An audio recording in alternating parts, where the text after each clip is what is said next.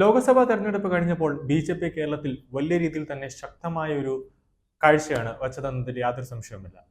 പണ്ട് ബി.ജെ.പി കേരളത്തിൽ മത്സരിക്കുമ്പോൾ മിക്ക പ്രതിപക്ഷ പാർട്ടികളും ഒരു വില കൽപ്പിച്ചിട്ടുണ്ടായിരുന്നില്ല. പക്ഷേ ഇന്നത്തെ അവസ്ഥ അങ്ങനെയല്ല. ഇടതുപക്ഷവും വലതുപക്ഷവും ബി.ജെ.പിയുടെ വളർച്ച കേരളത്തിൽ വലിയ തോതിൽ അവർ ഭയക്കുന്നു എന്ന് തന്നെ എടുത്തു പറയേണ്ട ഒരു കാര്യമാണ്. അതിന്റെ ഒരു ഉത്തമ ഉദാഹരണമാണ് കെ മുരളീധരൻ 2 ദിവസത്തിന് മുമ്പേ പറഞ്ഞൊരു പ്രസ്താവന. ബി.ജെ.പിയെ അങ്ങനെ തള്ളിക്കളയാൻ കഴിയുകയില്ല എന്നും മറ്റു പാർട്ടിയെ പോലെ കേരളത്തിൽ ബി.ജെ.പിയും വളർന്നുകൊണ്ടിരിക്കുന്നു എന്ന് തന്നെയാണ് മുരളീധരൻ പറയുന്നത്. കെ മുരളീധരൻ പറഞ്ഞത് തെരഞ്ഞെടുപ്പിന്റെ ഫലം അനുസരിച്ചാണ്.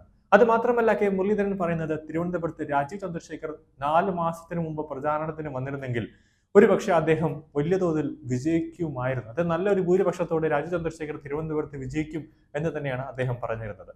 തൃശ്ശൂരിൽ ഒരു പ്രത്യേക മതവിഭാഗം ഒഴികെ ബാക്കി എല്ലാവരും സുരേഷ് ഗോപിക്ക് വോട്ട് ചെയ്തുവെന്നും അദ്ദേഹം പറയുന്നുണ്ട്. കേരളത്തിൽ ബി.ജെ.പിയുടെ തേരോട്ടം അല്ലെങ്കിൽ വളർച്ച ചെറുതല്ല എന്ന് തന്നെയാണ് അദ്ദേഹം പറയുന്നത്. ലോക്സഭാ തെരഞ്ഞെടുപ്പ് ഫലം വരുന്നതുവരെ കടുത്ത വിരോധിയായിരുന്ന കെ മുരളീധരൻ ഇപ്പോൾ ബി.ജെ.പിയെ ശക്തമായി പിന്തുണയ്ക്കാൻ തുടങ്ങിയെന്നത് നമ്മൾ ആശ്ചര്യത്തോടെ തന്നെ കാണേണ്ട ഒരു കാഴ്ചയാണ്. നിലവിൽ ബി.ജെ.പിയെ വലിയ രീതിയിൽ തന്നെ മുരളിയണ്ണൻ സ്നേഹിക്കാൻ തുടങ്ങിയെന്നത് നമ്മളെയൊക്കെ ഏവരെയും അത്ഭുതപ്പെടുത്തുന്ന ഒരു കാര്യമാണ്. ബി.ജെ.പിയുടെ അക്കൗണ്ട് പൂട്ടിക്കാൻ വേണ്ടി നിയമത്തെ മത്സരിച്ച ഒരു വ്യക്തിയാണ് കെ മുരളീധരൻ.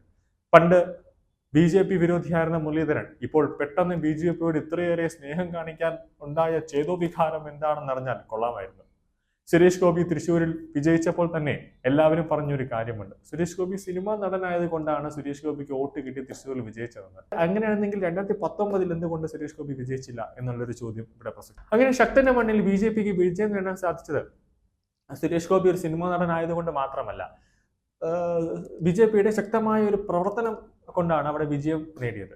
തിരുവനന്തപുരത്തെ രാജീവ് ചന്ദ്രശേഖർ പരാജയപ്പെട്ടെങ്കിലും വിജയിച്ച ഒരു രീതിയാണ് രാജീവ് ചന്ദ്രശേഖറിന്. കാരണം ശശി തരൂരിന്റെ വിജയം നല്ല രീതിയിൽ കുറയ്ക്കാൻ രാജീവ് ചന്ദ്രശേഖറിന് കഴിഞ്ഞു എന്നത് വ്യക്തമാണ്. അതുകൊണ്ടാണ് തരൂർ ഇനി എം.പി സ്ഥാനത്തേക്ക് മത്സരിക്കില്ല, ഇത് തരൂരിന്റെ അവസാനത്തെ മത്സരമായിരിക്കും, അല്ലെങ്കിൽ അവസാനത്തെ തിരഞ്ഞെടുപ്പ് മത്സരത്തിന് നിൽക്കുന്നത് എം.പി എന്ന നിലയിൽ നിൽക്കുന്നത് ലാസ്റ്റ് ആയിരിക്കുമെന്ന് തരൂർ വ്യക്തമാക്കിയത് അതുകൊണ്ടാണ്. നിലവിൽ ലോക്സഭാ തെരഞ്ഞെടുപ്പ് നടന്നതിന്റെ പശ്ചാത്തലത്തിൽ ബി.ജെ.പി അടുത്തിടെ കൊച്ചിയിൽ ഒരു യോഗം ചേരുകയുണ്ടായി.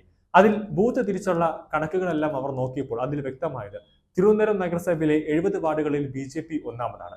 100 വാർഡുകളുടെ കണക്കെടുത്തപ്പോൾ 13 സ്ഥലത്ത് രണ്ടാമതാണ് ബി.ജെ.പി ഇപ്പോൾ നിൽക്കുന്നത്. ഇടതുമുന്നണി ഭരിക്കുന്ന നഗരസഭയിൽ 34 വാർഡുകളാണ് ഇപ്പോൾ ബി.ജെ.പിക്കുള്ളത്. ഇതിൽ ഒരു വാർഡ് ഒഴികെ എല്ലായിടത്തും ബി.ജെ.പി ഇപ്പോൾ ഒന്നാമതാണ് എത്തി നിൽക്കുന്നത്. ചെമ്പഴന്തിയാണ് 2ാം സ്ഥാനത്തേക്ക് പോയ സിറ്റിംഗ് സീറ്റ്. അത് അവരിപ്പോൾ 1ാം സ്ഥാനത്തേക്ക് പിടിക്കും. 25 മണ്ഡലങ്ങളിൽ 50% മുകളിൽ വോട്ട് സ്വന്തമാക്കിയാണ് ബി.ജെ.പി ഇപ്പോൾ മുന്നിലെത്തിയത്. ഈ കണക്കുകളാണ് യു.ഡി.എഫിനെയും എൽ.ഡി.എഫിനെയും ഒരുപോലെ തന്നെ അവരുടെ മനസ്സിലേക്ക് ഒരു ഭയം ഉണ്ടാക്കുന്നത് എന്ന് തന്നെ എടുത്തു പറയണം. ബി.ജെ.പിയുടെ വളർച്ച അതുകൊണ്ട് തന്നെയാണ് കേരളത്തിൽ ജനങ്ങൾക്ക് ബി.ജെ.പിയോടുള്ള അലർജിയൊക്കെ മാറിയെന്ന് മുരളീധരന്റെ ഒരു വാക്ക് വ്യക്തമാക്കുന്നത്. അതായത് ഇനി വരുന്ന തദ്ദേശ തെരഞ്ഞെടുപ്പായിരുന്നാലും നിയമസഭാ തെരഞ്ഞെടുപ്പായാലും ബി.ജെ.പി അധികാരം പിടിക്കാനുള്ള സാധ്യത കൂടുതലാണ്. അതുകൊണ്ടാണ് ലോക്സഭാ തെരഞ്ഞെടുപ്പിൽ നമ്മൾ കണ്ടത് ബി.ജെ.പി 1ാം സ്ഥാനത്തും പല മണ്ഡലങ്ങളിൽ 2ാം സ്ഥാനത്തും 1ാം സ്ഥാനത്തേക്ക് എത്തി നിന്നത് ജനങ്ങൾക്ക് ബി.ജെ.പിയോടുള്ള സ്നേഹം വർദ്ധിച്ചു എന്ന് തന്നെ വ്യക്തമാണ്.